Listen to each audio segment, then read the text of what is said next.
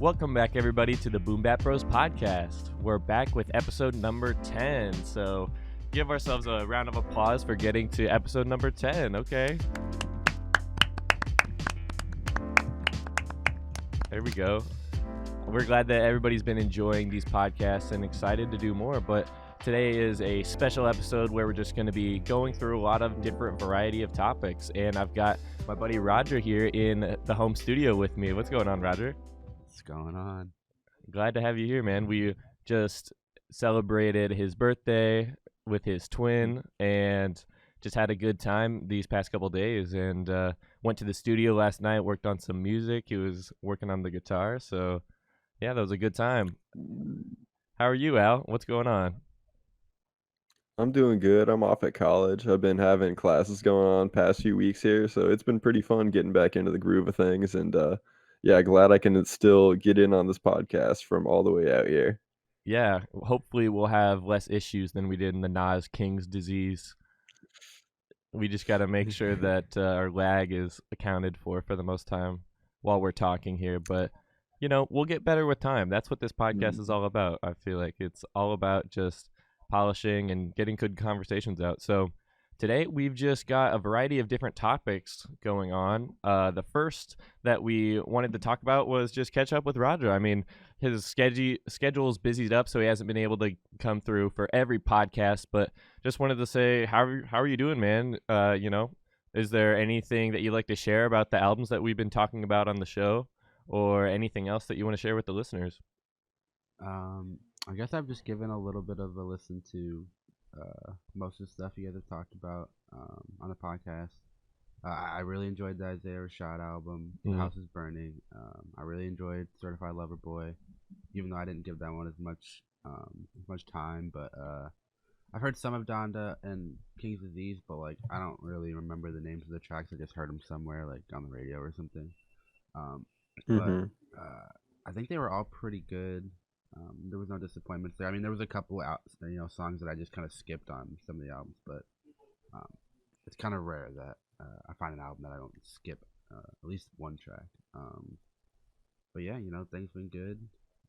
Just working, and here we are. Yeah, well, I'm glad that you're back for this episode. Lots to talk about. And we're going to sort of catch up on albums that we haven't really had a chance to fully talk about in depth so far. So first off, we're going to jump into talking about the Bobby Tarantino 3 review. Here we go.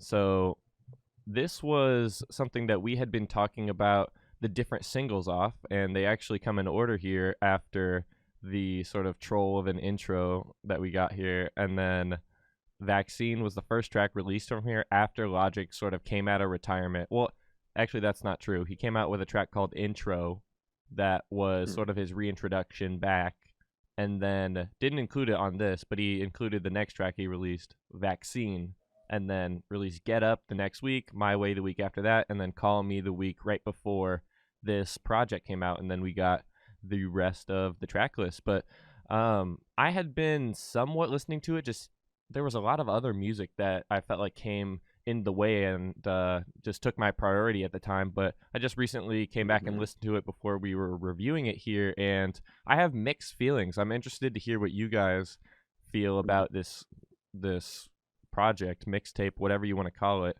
EP. But I enjoyed some of the singles, and then there were a couple of the other tracks where I felt really had some highlighted moments, but the track overall just didn't wow me, or like didn't just quite get to the level that I wish Logic would have got to. But what do you guys think about this?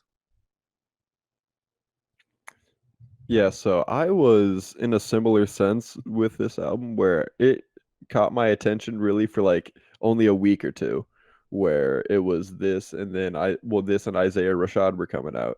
And then like after those had came through, it was like the huge news of Donda and like Certified Lover Boy and everything. So like these albums only had like a little bit, and I honestly, The House is Burning I liked more than Bobby Tarantino 3. So that one took more of my attention over that time too. But there's still a lot of tracks on here that I like But like I thought it was weird how the singles on here, most of them were like my least favorite songs on the whole album. So I was surprised with how Logic ended up releasing it that way. Like Vaccine, Get Up, My Way, all of those are I'm not a huge fan. I will say Call Me. I've really grown on to Call Me, especially since Mm-hmm. that's been coming up in my playlist. I like that one a lot. And then uh Inside, I really like the feature on there. And then I think towards the second half of the album, it gets way better. Like Flawless is solid, but I feel like once it has and the stupid skit in there, I think that was kind of a weird spot. But then I feel like after that's through is like the best part of the album is once the skit is done. Yeah, that last run I would agree is pretty fire. Um, God Might Judge is sort of questionable for me as well as Flawless. What? I don't know. I feel like it's because Logic contradicts himself on these tracks. So he's talking about doing all these women and stuff, like maybe a single life or like being promiscuous with other people, but then at the same time he's talking about being in a committed relationship, having a wife, a baby mama, that type of thing. So I'm like, Well, I feel I can tell a bit of the dissonance with it. Like there's definitely I feel like he's making the songs about him like getting with people and stuff. Like it's more of his past life. this was a lyric I wanted to talk about in specific. When I get home, I'll be the one to pull your hair for you, the one to get in your favorite area and go way back where it's deep down. She love it when I make her come to my compound. She play my music just to hear my voice. Yeah, that boy so busy she ain't got a choice. No, I put that work in. That girl ain't got a voice. Yeah, so this was a part I was like, it was this his single life where he just had all these women coming through and post divorce, just trying to move past that. But I mean, Logic stays committed, so I can't judge him. I mean, God might judge, but I can't really judge Logic. Yeah, the boy won't. Hey man, I don't know when uh he might have been a little bit of a player in between Bobby Tarantino 2 and 3, because that's after him and his wife divorced. Yeah, I could definitely see that being when he's taking influence for some of these tracks, because who knows if he's been sitting on these for a while or what.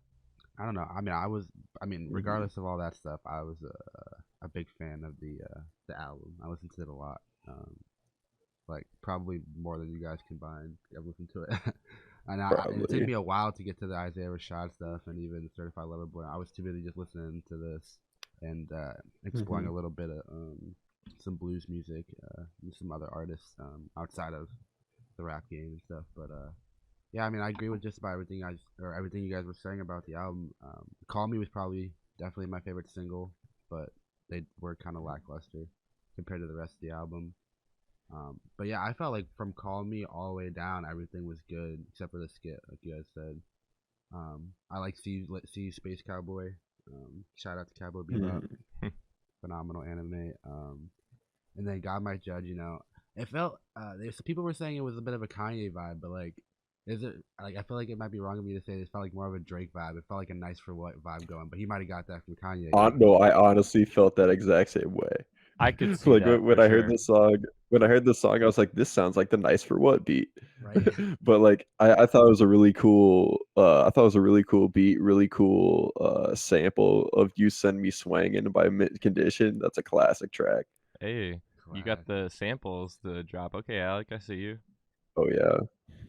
And so he shouts it out at the original, saying like, "This is referencing the new workout plan. This is a similar type of vibe." But he says that this is the new that new workout though. He says so. He's saying this is the new version of that. But I think your comparison about more of a Drake era turn up vibe and with a fast sample like that, yeah, that's obviously going to be Kanye influenced. But you're right, Drake has done that with a handful of tracks now. Like he revisits that vibe for sure, because Kanye is one of his influences. Like we can't restate that enough. So like I don't even think that his track was comparable to the new workout plan, like that song. wow, you think that he's disrespecting Kanye? No, I mean I'm just saying that I think the comparisons aren't 100% accurate. Like, It's a little bit of a stretch. Yeah, it's a little bit off. I feel that.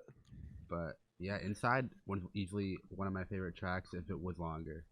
Yeah, I was Hmm. surprised that this only was one verse, and it was a pretty real moment that we got to, but then we get some beautiful singing and like some strings on there that really elevated the whole vibe. And yeah, like this, I was not Hmm. predicting a track like this on Bobby Tarantino 3. If you've listened to the previous two, I feel like this is definitely a different vibe for sure. Like Oh yeah, this is definitely Hmm. taking influence from other music that Logic has made in the past. like 2 is my favorite.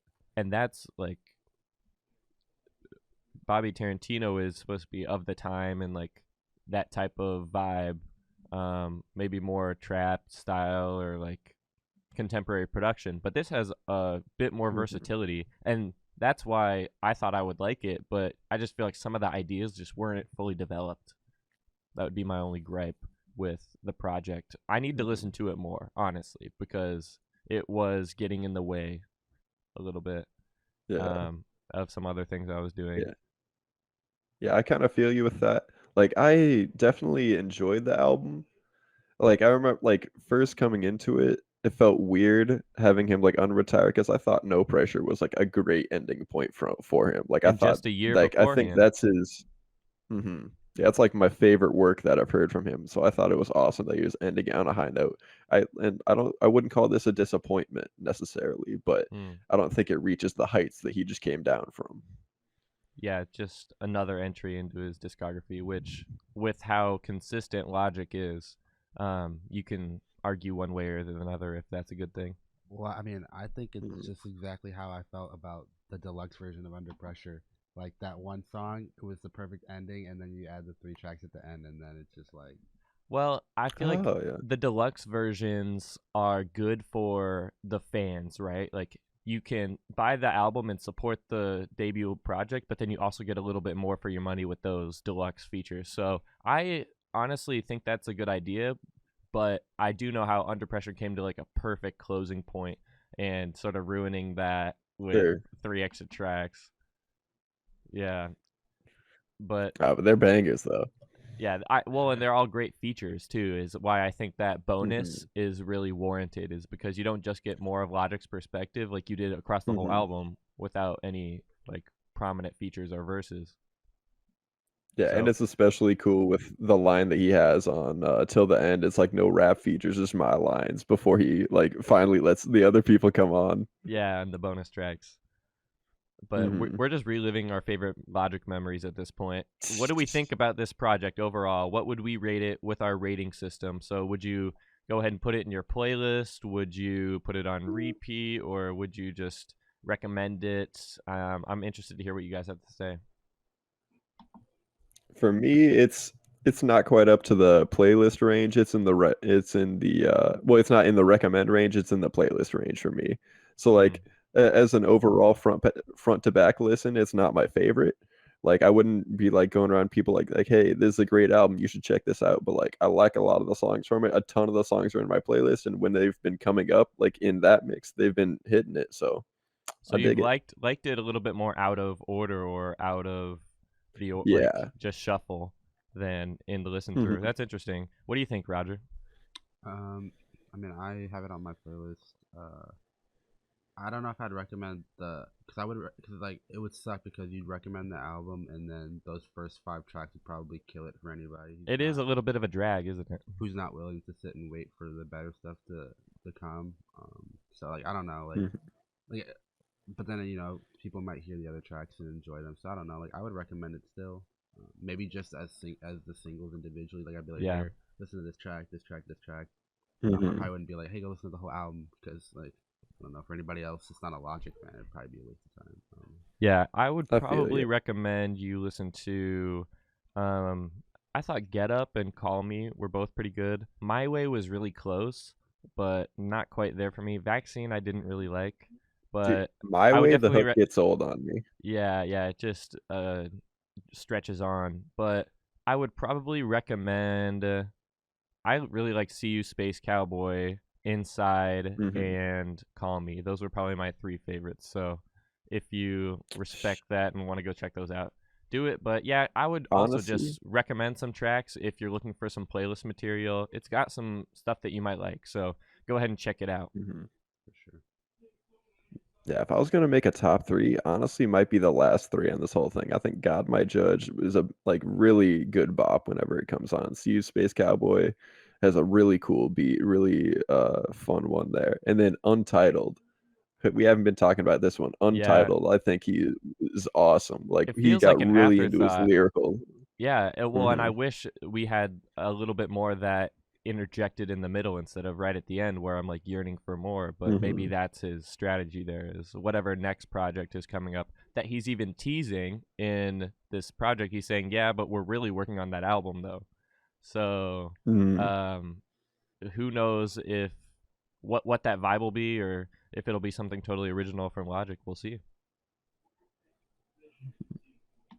So next, I wanted to talk about a show that we've actually been enjoying for the last couple of years. Season 2 just wrapped up this summer. This is Dave, and you can find that on FX. It's streaming on Hulu and probably some other places, but that's where I've been watching it and catching up. And this is actually Lil Dicky's show. So if you don't know, Dave Bird is the rapper, comedian, writer, Lil Dicky, and he stars in this show along a ton of really cool actors that I didn't know too much about, but I'll go ahead and name them here. The role of his girlfriend and then sort of ex for the second season is Taylor Mosaic.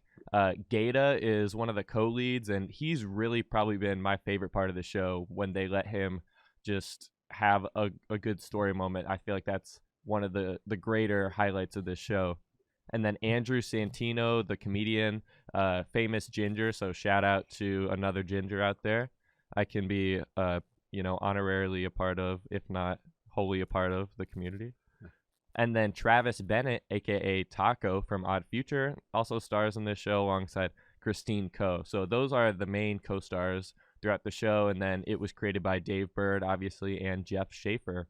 And so I've been enjoying the second season because I feel like it runs with the concept that and gives us a bit of insight that Atlanta sort of hasn't hit on yet, and things that I think are super interesting from a perspective of a hip hop fan, as also a white person seeing the exaggerated experiences of Dave on this show, because he has really been uh, doing some interesting stuff, but also sort of covering it in dick jokes and like goofy stuff as well. So, Alec, I know you probably have not checked out this show, but you're gonna have to binge it after Hmm. our whole segment here on the show today. But yeah, I thought this review on the Hollywood Reporter put it really good. And they have a Hmm. stealthy blend of lowbrow, Lil Dicky related hijinks and surprisingly thoughtful undercurrents. And so it Hmm. had some moments in the first season that you could really like understand the potential of this show. And I think that was specifically with Gata, as he was originally just this guy that was working with Lil Dicky to hopefully become successful as well, hype him up, and go to his shows. And on the fifth episode of the first season, Hype Man, it was a pivotal episode for sure. It focused on Gata and how he actually struggles with bipolar disorder, and gave a little bit more insight into his life. And yeah, I think that last part of that season, and then going into this season, I was totally engaged with the story and just like on the edge of my seat, even though it's all cringe as well. Like I have a lot of secondhand embarrassment for these characters throughout the show. So it ended off with Allie's toast, right, and jail. So those were in the second half of the first season, and just really good episodes for sure. But then when we get in the second season, they are going a couple months afterwards, and Dave and Allie aren't together, and it's just sort of impacted his creative process through this whole season. He's having a tough time doing any actual like rapping and creating of music until the very end, it feels like. And it really highlights Gata at the end of this season too. I don't want to spoil it, but it just really gets fully realized in the finale of season 2. And I think the journey there was good, but I want to hear from you, Roger. How did you feel about this show after going through and watching the whole thing?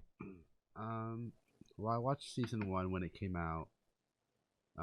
Then we all were just waiting for season 2. COVID hit, things got delayed more, Yeah. and then I was gonna watch season 2, and then my stepdad was gonna watch it with me, but he had only watched like the first half of season 1, and so we ended up watching most of season 1 again, and then watching 2. So I'm happy I did that because like Oh, okay. it refreshed my memory a little bit about what had happened in the previous season, and just it was so good. Like Ali's Toast is such a phenomenal episode. It's a real heart wrencher for sure. Um, but yeah, it was really good. Second season was good. I just felt like when it from like the first episode or two, it took a complete turn. Like after that, like the show was like completely different once they left Seoul, and so I was like, Oh yeah. and the intern and all that stuff. Oh my gosh, they ruined that guy's life. But man, the final episode, season finale, was definitely something like worth waiting for. It was Mm-hmm. phenomenal. Gaeta had a great performance. Yeah, I would say get through the stress and anxiety of the show, but to get those rewarding emotional beats, because if you can't like get through the sort of questionable stuff, it's a hard watch, I would say. Bro, it's hilarious. But it is also really funny if you can like separate yourself from the characters and just laugh at them. Benny Blanco, man, Oh my, genius. that's who you think is Dude, the best co-star? He carries. Oh the my, show. he's not that great. I mean, there is an episode where they do some. I'm not going to totally read this article. If the viewers at home want to stop and read and learn more about the show, go for it. But I'm just going to be paraphrasing here a bit. They do a lot of different things in this season. Like it starts off with them in Seoul, South Korea, and hijinks ensue in every episode, but that one specifically when he's trying to do a collab with a K-pop phenomenon, and just saying it clearly illustrates how Westerns misunderstand that racial landscape and the musical K-pop landscape in general, because he's like totally trying to just appropriate. And so the third episode, which has Benny Blanco in it, really takes it to an extreme with the cringe, I think. Reminded me of College a little bit, not gonna lie, with the weirdly graphic homosocial hijinks. And yeah, it was an extreme episode. Alec, you'll have to tell us what you think when you see it. But Benny and Dave are very sus, for sure. Probably And remind me of the Agape guys. yep, that's why I said it reminds me of College for sure. And it really gets into a lot of topics on Dave's race and relative economic comfort and status as a white suburban male that is trying to Jewish enter male. this space. Yeah, and Jewish as well. So it was saying at the beginning or at the end of season 1, he was still digging into his bar mitzvah funds to support himself. Now he doesn't have that. The label put him up in a mansion until he pretty much isn't being productive, and lots of stuff happens. But Gaeta is really the highlight of the show. I can't understate that enough, I feel like, because the revelations that we have about him are the most important, I think, to really drive home the dynamics between Dave and the characters that are within. And in it, there's an episode this season where he goes on a nighttime odyssey in search of his car and a cell phone charger. Like he can't find anywhere to charge a cell phone to get back to his car or get home at all. So it's literally a whole just stressful situation about how he's dealing with this, as well as his bipolar disorder and all the different things that he has to struggle with. And it's fully realized in the finale, where they sort of come together. But I'm not going to say too much more. But I think this show is definitely worth a watch if you're into, show business or seeing a comical light on a rap star that doesn't really fit into the stereotypes of what you would think one would be. So, yeah, any other thoughts to add, Roger? Just that I recommend it for sure. I recommend it to a lot of people, and so far everybody that has given it a shot has really enjoyed it. and so I think that speaks to the show and just how great it really is, and yeah, just give it a shot. For sure. Shout out Taylor Miziak, Mhm. my crush. What's it streaming on? Where can I check it out at? Yeah, I'm pretty sure you can check it out on FX, which has been putting their shows on Hulu. I'm pretty sure. So you've got our login, Fair Alec. enough. You're stealing our password for Hulu, so you can go ahead No, and. I need to get back in on my Xbox. I'm not logged in right now. Oh, you're not logged in. All right, I'll hit you after the show. Nah, I need that HBO Max too. Hey, that's not mine. I'm stealing the password for that because HBO Max is the best deal than streaming right now. HBO's the goat. Hmm. Sponsor us, HBO. But yeah, I should check out that show though. I remember you showed me the one episode where it was Dave at the one concert for the kid who wanted like Macklemore. Yeah, You showed me that episode, so Yeah. that was funny. I'll definitely check it out. Well, and Taco's in it. As an Odd Future fan, you got to see Hmm. his acting chops in this show and what he's up to. For sure. I like him and Christine Coe's moments. Well, Christine Coe gets a lot of backstory. Like whenever they have her on screen, I really like her character. They just need to figure out what to do with her and have her be a more important role. I feel like in the going ons of the story. I mean, I was just disappointed at the end, like when they were doing that, when they came out to perform, and you're just seeing they're cutting to all the characters, but they're all She wasn't there. like none of them were there. Like Yeah. most of them weren't even there at the show. Yeah, Which is like, well, why wouldn't they have them? at that most triumphant moment. Yeah. Without getting into too much spoilers, yeah, I feel that same way. But hopefully, we'll see more of like their whole clique sort of come together and work together to make Lil Dicky music as well as Gata music and just do a lot of stuff. But Andrew Santino's character in this season was scheming. Like he's the manager and he was doing a lot of stuff behind the scenes and different things like that. But the season pretty much ends with them going on tour. So, yeah, go ahead and check it out. And hopefully, season 3 doesn't take as long as season 2 did to be developed. Mhm. I think we'll be It's good. kind of interesting because Atlanta season 2 ends with them going on tour too. Right, right. So I'm been waiting for Atlanta. So the moment that's coming back, we're going to talk about it here on the podcast. Facts. That was phenomenal. Bro, I've been waiting for that show for so long. Like, there's not too many shows that I get into. Like, that's one of my favorites. Like, out of the last few years that it came out. I'll have to rewatch it. Yeah, I'll probably start it over. I didn't do that with Dave, so you have a more unique perspective knowing everything about season 1 before going into season 2. Mhm. So I only just jumped into season 2 and pretty much binged it about halfway. So yeah, that was our Dave season 2 review.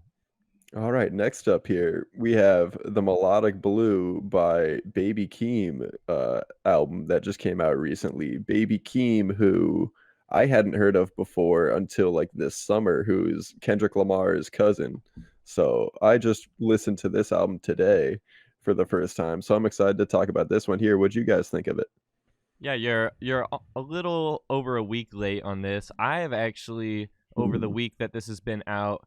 Well, it's been about 2 weeks now, hasn't it? Actually, we're a little bit over 2 weeks late, but I think we give it a good amount of time to listen to before we get into it. I've listened to it probably about 2 to 3 times, going back to certain tracks and all the way through about once, and I think it's an interesting album. I'm interested to hear Roger's take on it. But Baby Keem, if you didn't know, is Kendrick Lamar's cousin, and you can see that in the Family Ties cover right here that uses the cover art for this single. So this was the first single that we had coming for this project. But I mean, just take it away, Roger. What do you think about this album in general? I thought it was a pretty good album. It was another. I mean, this one had a few skips for me for sure. I think like probably the better tracks were like South Africa and all the ones with Kendrick Lamar, so like Rainforest, Family Ties. And then the last couple of tracks were pretty good. The last three. I agree. The last couple really highlighted it. It was a good run. That First Order Business. You got Vent, which also had Kendrick talking a little bit. He's just not featured. And then you got track 16, which is also called 16, and it's more of a vibey track. He's got a little bit. He's singing a little bit more on there than he is Mhm. rapping. And so that I think that track ultimately highlights the title of the album for me, the melodic blue, like him kind of just hitting those melodies and stuff. But yeah, overall I thought it was a pretty good album. I mean, there's some questionable tracks on there, but he's also like not an artist we expect to be, the most lyrical, the most, Yeah, I think better the production. expectations Mhm. going in were that he would make good vibes and contemporary hip hop, right? Mhm. And this is the big meme that everyone's talking about, where Kendrick comes in on the beat switch, and where is that even at on here? Top of the morning. Yeah, I'm looking for the top of the mountain, top of the mountain. Yeah, Let's wait, get which this. track are you looking at? Uh, I'm looking yeah, no, at I Range thought that was Brothers. weird. I think it's at the. Is it way down here? Get this shit. Let's get this shit. Here He we says go. it twice, Part I'm pretty 3. sure. Yeah. Part 3. So hold on.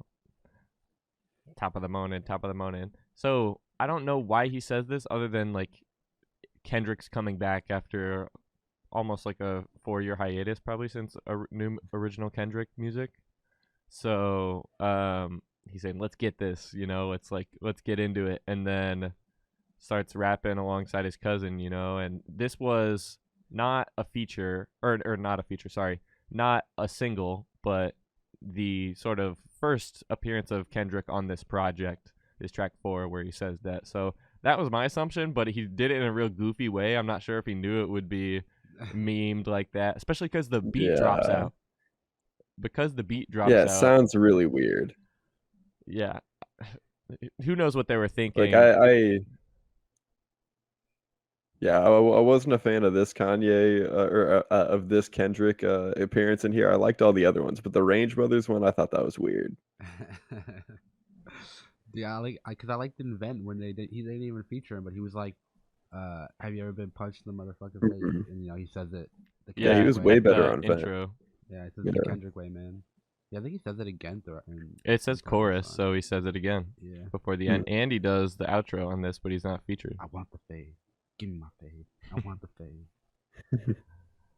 Yeah, I would probably recommend. I mean, Vent is a really good one. First Order of Business, definitely.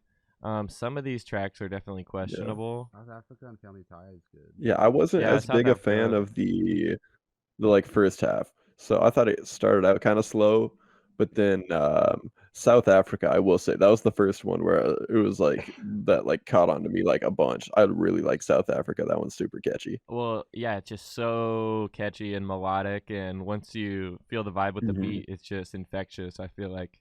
And that's really where Baby Keem shines. Like, this project is obviously titled The Melodic Blue, supposed to feel some more vibey, darker, maybe not darker exactly, but some vibey music, and he delivers on that in some Mhm. instances, and then other instances I'm like questioning why it was chosen for this project and maybe why he didn't do it in another one. Mhm. But overall, I was sort of mixed on it, but more favorable than not, I feel like. Yeah, Mhm. yeah, I agree. Like, I feel like there was one track, that do-rag activity track, that like I don't know why, but like I just like I don't ever get my hopes up for Travis Scott features, Hmm. and so like, but I knew that this was gonna be a popular This track was because actually everybody loves put Oh, it. out I quite a bit before. This was a single that mhm. wasn't even out while the Oh, crap. announcement for the album was out. So yeah, this was actually produced also by Super Duper Brick, Kyle, Oh, Super dang. Duper Kyle, collaborator, DJ,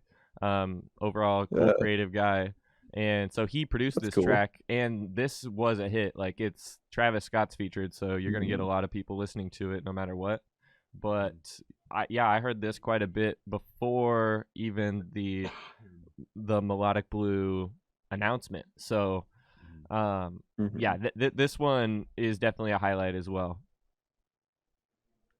Yeah, yeah, that song I had like seen it because when that first dropped, it was recommended to me on my Spotify. It was like, "Hey, new Travis Scott song," because like I've got a bunch of his stuff in my playlist, but I hadn't checked it out back then. But finally getting around to it now, it was one of my favorites on the album. I thought that was a pretty good track. I thought it was a banger. Yeah, and And Travis's verse is fire. mhm. Yeah, Reading some of and the bars now back for going sure. Yeah. Yeah, no, going through it before I had like looked at the track list on there, I hadn't looked at all the features. But once I had like listened to the like first few tracks, I went through and looked on there, and I saw he had Travis Scott feature, Don Toliver feature. I was like, oh yeah, that makes sense with because I had very little context going in of like Baby Keem stuff. I heard his like verse Oh yeah. on Donda, and then the video with Kendrick, and other than that, I didn't really know anything about him. But I was like, the like Don Toliver, Travis Scott, that seems very into like his type of style. And like listening to the album, I feel like one of the things I was just thinking of different artists that he would like get well with. I thought like someone like Trippie Redd. I think Oh, I could see he's that. like right in that type of lane. Or even if Juice World was still around, I think Juice World and him would be like a really cool collaboration. But it's just unfortunate that can't really happen. Yeah, I think that's a good comparison, as you didn't know anything about his musical style going in. Hmm. That's an interesting perspective for sure. Yeah, I'm interested to hear more from Baby Keem after this. Like, I would definitely recommend this project, but if you're not really willing to listen to every song, maybe just skip through and find some highlights that maybe you have some resonance with. So, Yeah, because there definitely are some highlights Hmm. there. mm-hmm. So Yeah, yeah, for sure. overall, we recommend this project and say go ahead and check it out.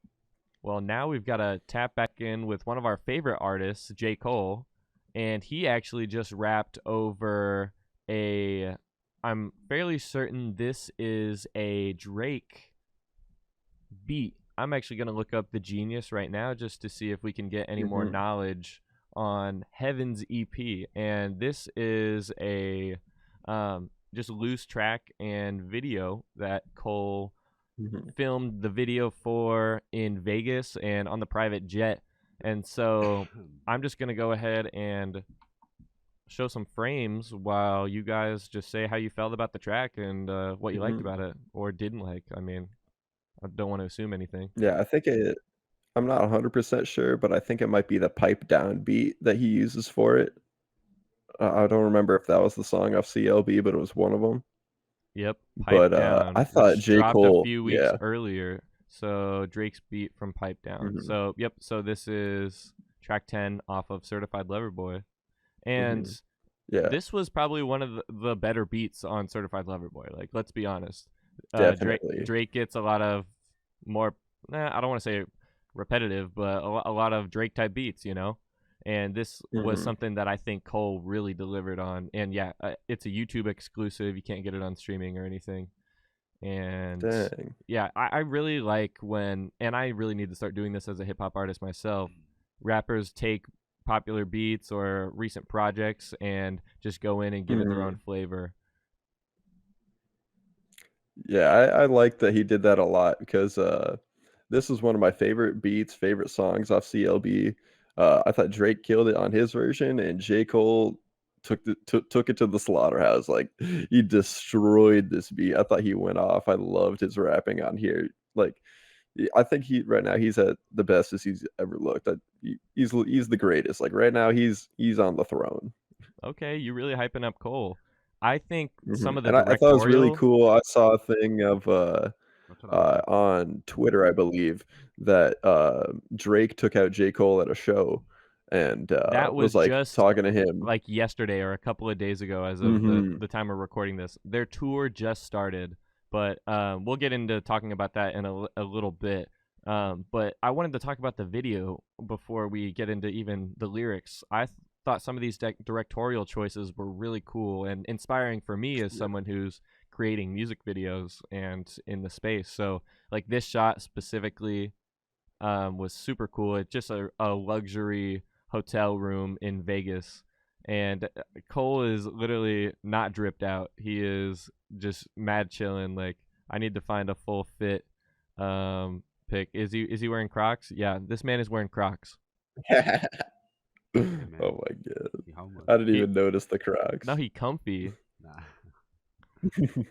my man but bumming. they're on the private jet here at the end, and it's funny because his Yeah, manager those. slash Dreamville co-creator and entrepreneur as along with Cole Ibrahim here and Boz, another great artist. sleeping on the private jet while Cole Hey, look is. at that jersey though. Hey, you like PSG. that? You like Yeah. that?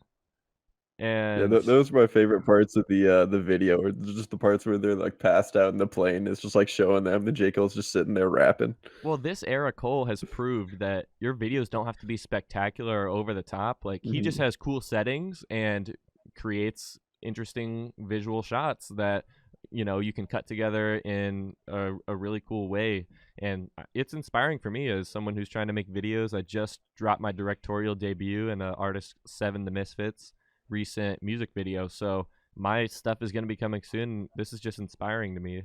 And I'm glad that Cole just jumped in and blessed us on this Drake beat because he didn't have to do this. But the last bar tells us why. It's supposed to be relaxed, and this passion makes that impossible, which he go aheads Mhm. and repeats to let it resonate. But any bars specifically you guys heard that caught your attention?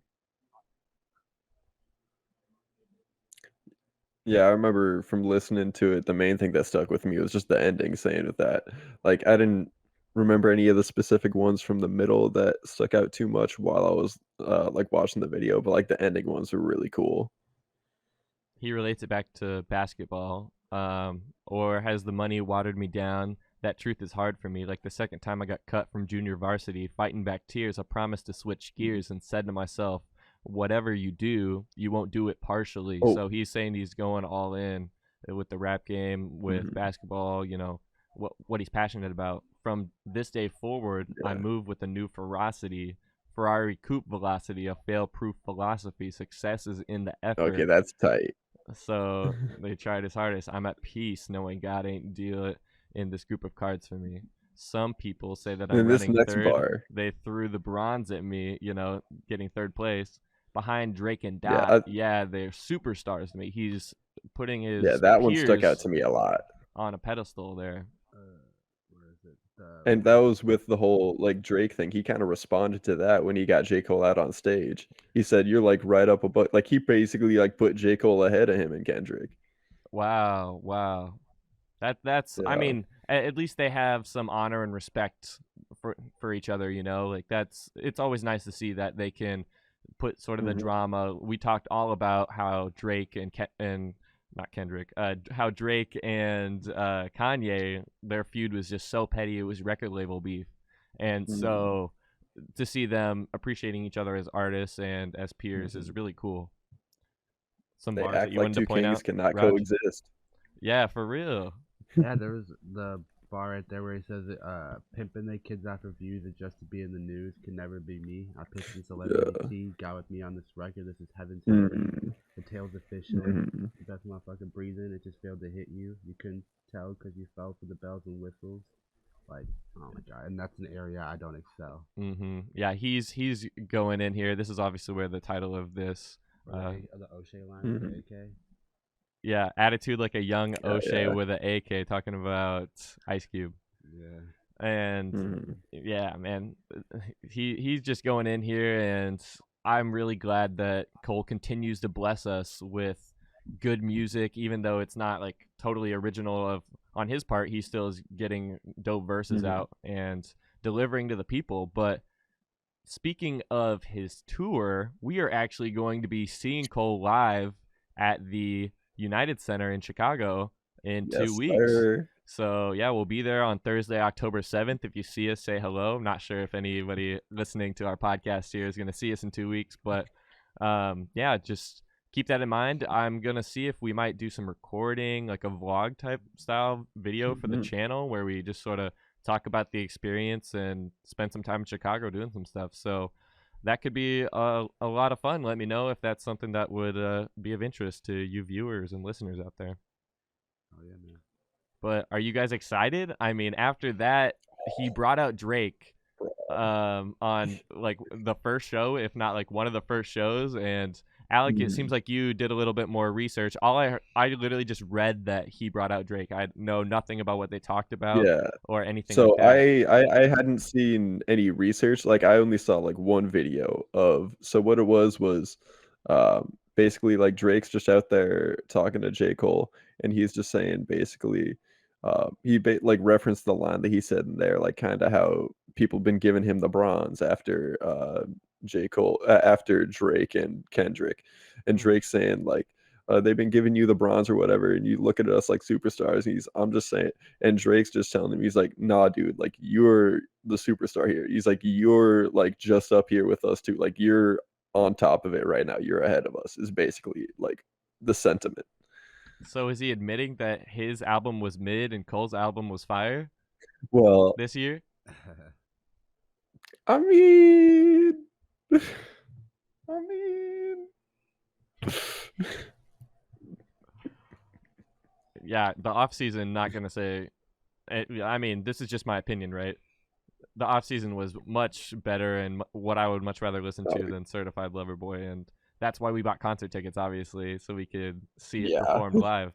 And 21 Savage is going to be there, opening act, and I'm sure that he'll do his feature on My Life. So That's gonna be so hype. That'll be so hype live. That song grew on me. I didn't like They'll it. probably do a lot too. Yeah. Oh well. Imagine that in concert. Oh yeah, I'm sure they're gonna do that. But isn't also the featured artist on My Life, who does the chorus on there? They're also on tour. They're gonna be there, so I'm sure they'll actually do the whole arrangement live. So yeah, I'm just really hyped and excited to go and see a concert again. It's been a while since COVID happened and everything. I have just started as Pat G, going out and doing open mic nights and concerts, and hopefully more shows will come soon, but I haven't actually gone to really see any other artists since things have been opening back up with safety protocols, obviously. Yeah, last concert I went to. Yeah, other than What yeah, was you it? go for it. No, I was saying it was like 2014. Wait, seriously? Like a major artist? Dang. When is that when Incredible True Story came out? 2015. 2015. Yeah, that's when I went. Yeah, I think it was 15. So the last time it was Logic, and that wasn't at the United Center, was it? That he wasn't doing stadiums. It was at the Aragon Ballroom in Chicago. Wow. So you really haven't been to one in a minute, so this will be a good time. Yeah, it's been a minute. ALEC and I have been to quite a bit recently. Well, in the past 5 years recently, right? Yeah. Like, because other than seeing you in person, like, what was the last one? Logic? Or did we have another one since then? Probably Logic at Summerfest, and that was a good So time. It wasn't that long a set. Milwaukee, 2018, I believe. Yeah, and in 2016, wasn't it? We saw Tyler.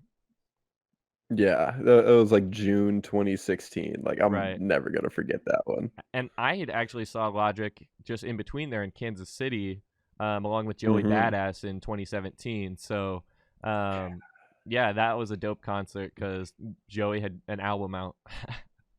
And Logic was in like not his prime, but he might have been his prime. Logic might have been creatively where I really enjoyed that performance. So yeah, this is just gonna be a fun show. I'm excited to share it with the viewers as well if we get some content created out of it. But that was all we had to talk about this week on the podcast. I'm glad that we were able to get Roger back here and in person in the studio. This is actually like a flipped dynamic of what we were doing before, where Roger was remote and ALEC was here in the studio with me. So, yeah, I mean, we'll be doing all sorts of different stuff on the channel, but continuing the podcast throughout the year and as we continue to grow an audience. So thanks everybody for listening this far. If you have, really appreciate those that stick around. We didn't really do too much of a formal introduction or a shout out about ourselves, but I have a bit to plug here at the end. So I'm going to let you guys go ahead and plug first before I get into my spiel. Yeah, so all I got then is at ALEC Galandi on Twitter, at AC Galandi on Instagram. Hit me up, run me those follows. Yeah, other than that, I'm just hanging out. Getting through college. Yeah, Hey man, we all been there. We all went to the same school. We're just graduated. What's it called? But yeah, you can follow me on Instagram or Twitter at Rochdog_16, ROGDOG_16. And yeah, we'll have to like link our Discord. Well, I want to figure out if we're either going to do like a Patreon where we get exclusive content for those people that pay, $2 to $5 a month for the entry, and they can just be a part of the Discord and that type of thing. I've been doing a lot of thinking about how we can engage with the audience further on that level. So yeah, I mean, we could definitely do something like that. If you wanted to help me set that up, that would be awesome. Yeah, I feel like Discord's the way to go. That's what everybody's doing. I mean, yes, everybody's doing it. Like, you know, you would think like, oh yeah, we probably shouldn't do it then, but like, nah, you just gotta hop on the trend in some of these. You know? Yeah, well, and that would be a great There way it is. for our listeners to give us information about stuff to cover and different things that are going on. Yeah, and links to review. recommendations. Yeah, yeah, and Yeah. all that's Mhm. super helpful. So that's definitely something to keep in mind. Only thing I wanted to talk about here was I mentioned it before. Go ahead and check out Seven the Misfits Welcome to the Grind video. I filmed, edited, and directed the whole thing, and it was a process. It took us about a week from when we filmed it to put it out, and it came out, and I think that it's doing pretty well. I mean, we've got a lot of positive responses, so I'm excited for that. And Seven the Misfit is an artist that I've been collabing with here locally in the Quad Cities, so happy to be working with him. And my projects that I'm doing and teasing on social media, you can find me at PatG563 on Twitter, Instagram, or Facebook. And that's where I've been teasing my upcoming project, and I want to get videos done for that. So working with other artists and collabing with them has been really welcome, and I'm excited to share more Pat G music and performances as well as I'm doing stuff locally here. So if you're interested in learning anything more about what we've got going on with this podcast or production in general, go to livingcolor.media is the website, and you can see everything that we offer as well as services. So go ahead and check that out. And that's been my plug sesh of all of my music and services, company, everything. So thank you guys for watching this Boom Bap Bros podcast. We're just happy to be providing more content and excited to talk about more hip hop as the time goes on and new releases come out. So my name has been Pat G. And my name has been Roger. Shout out Seven. That's the homie. Yep. And ALEC coming in from out here. It's been a good one. Thank you all for watching the Boom Bap Bros podcast.